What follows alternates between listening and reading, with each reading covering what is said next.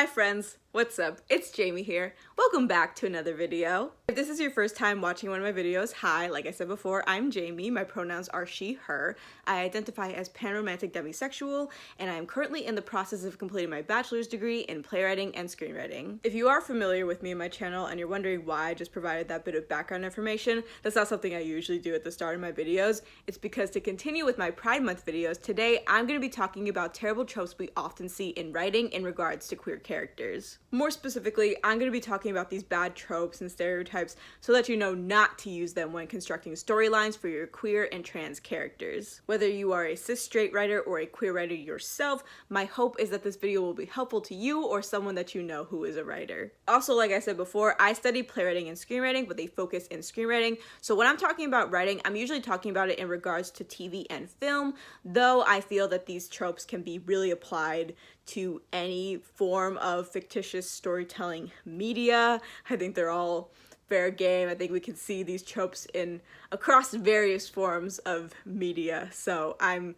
gonna talk about them as broadly as I possibly can. I talk a lot, so I've already made the executive decision to split this video up into 2 parts, so come back next week on Wednesday for part 2 if you're interested. Before we get into the rest of this video, I'd like to provide a couple of disclaimers. One is that there is no singular correct way to write or portray queer characters, and if you are a straight writer writing queer characters, you are inevitably going to get some aspects of the queer or trans experience wrong, and that is okay. When you don't have that lived queer or trans experience, there will always be details that you will miss or get wrong, regardless of how much research you do. Now, that's not me saying don't do your research. Dear God, please do your research. Just because all the research in the world will not be a replacement for the lived queer trans experience does not mean you should not do your research. Do your research. But the hope is that the more you are educated about blatantly harmful queer and trans stereotypes,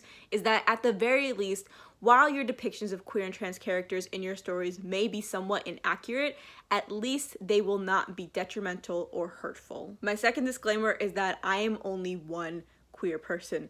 I do not and cannot speak for the entirety of the queer community, especially as a queer white woman. I can only draw from my own queerness, my own queer experiences, and so not everything I say in this video may align with every single queer person's views. Also, going back to my first disclaimer, I do not have that lived experience of what it's like to be a trans person, for example, so I don't have the perfect formula for how to write a trans character. I lack a lot of that insight as a cis person. Just because I'm queer doesn't mean that I know how to write every single identity that falls under the queer and trans umbrellas. So my final disclaimer is that if you are a queer writer as well, it is perfectly okay to not know how to write every single queer or trans experience.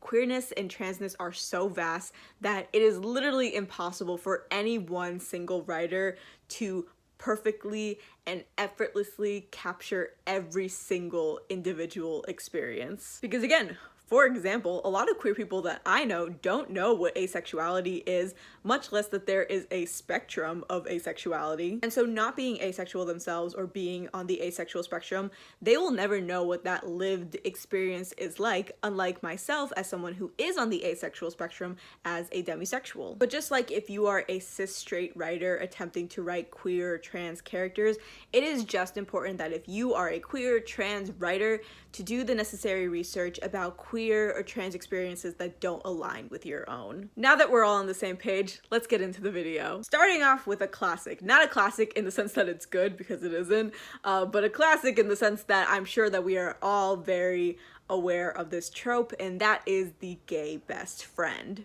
Reminiscent of the black best friend, the gay best friend is often the sassy sidekick to the straight, usually female protagonist, and whose sole purpose in the story is to assist said protagonist in fulfilling their goals via sassy, quippy lines and pep talks. The gay best friend is also often notoriously utilized to make jokes about being gay or to make sexual innuendos. Think Kevin Keller from Riverdale. He's like by far the most stereotypical version of the gay best friend that I can think of in recent media. The biggest problem with the gay best friend trope is that these characters aren't usually allowed to have storylines that exist outside of their relationship to the main character. And if they do, they're usually severely underdeveloped. Their only role within the story is to be the comic relief, the emotional support for the main character. They aren't allowed to exist as their own person with their own depth. Queer characters are allowed to have straight friends, straight best friends, but when you are writing a friendship between a queer character and a straight character,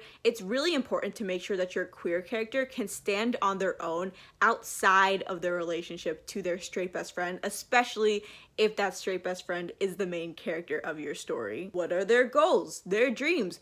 What is their family like? Do they have friends outside of the main character? And if they don't, why? Don't write a relationship between a queer character and a straight character where the queer character is the sidekick unless it is your intention to criticize that dynamic. Because I do think that stories, ones that make fun of or criticize or satirize the gay best friend trope, can really work. At the end of the day, it's really important to remember that queer people are more than accessories, we are more than sidekicks, and queer characters should be allowed to have layers and complex stories that don't revolve around the straight protagonist. And also, don't be afraid to write stories where the queer character is actually the protagonist. I feel that for a lot of these points, I'm going to be reiterating things a lot of people have already said in regards to these tropes. I'm very well aware that I'm not exactly reinventing the wheel here, but I felt like if I'm going to make a video where I'm talking about queer tropes in the media, I can't not go over these points, even if they do seem obvious to those of us within the community. The next trope I want to talk about is related to the gay best friend trope, but I felt that it deserved its own section of the video,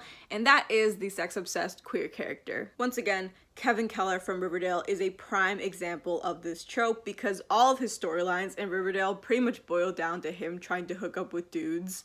And most of his one-liners are usually in some way related to sex. This trope is particularly personal to me as a demisexual person, and this is because already as queer people, our relationship to sex is already very different in comparison to straight people, and even amongst the queer community, different people with different identities have varying relationships with sex. Again, for example, as someone on the asexual spectrum, and more specifically as a demisexual person, my relationship to sex and sexual attraction is vastly different from my allosexual queer peers. To explain some terminology really quickly, the most basic definition of demisexuality is that demisexuals can only develop sexual attraction towards someone after a strong bond of some kind has been formed. People have varying definitions of like what this strong bond kind of entails, but this is just the most basic definition of demisexuality. And allosexual just essentially encompasses everyone who isn't on the asexual spectrum, and this includes other queer people who aren't on the asexual spectrum. Anyway,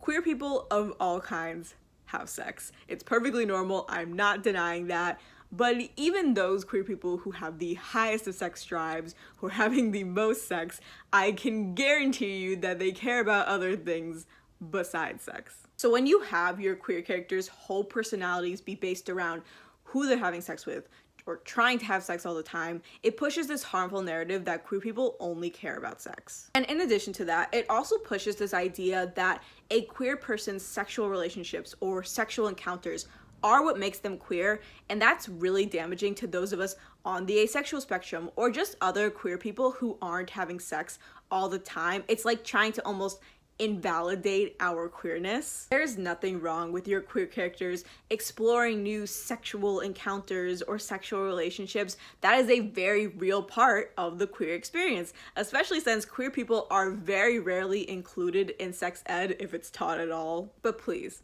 as a request from your local demisexual, please let your queer characters have more depth to them than just caring about who they're gonna sleep with. Next, we're gonna talk about the men and male-identifying characters dressing up as women for comedic effect trope. This trope is particularly uncomfortable because it's never that the male character is wanting to experiment with drag or even referring to it as drag or wanting to explore their gender identity. It's always that they dress up as women to fulfill some sort of personal agenda. Think Tootsie, where the main character dresses up as a woman so that he can get more acting gigs.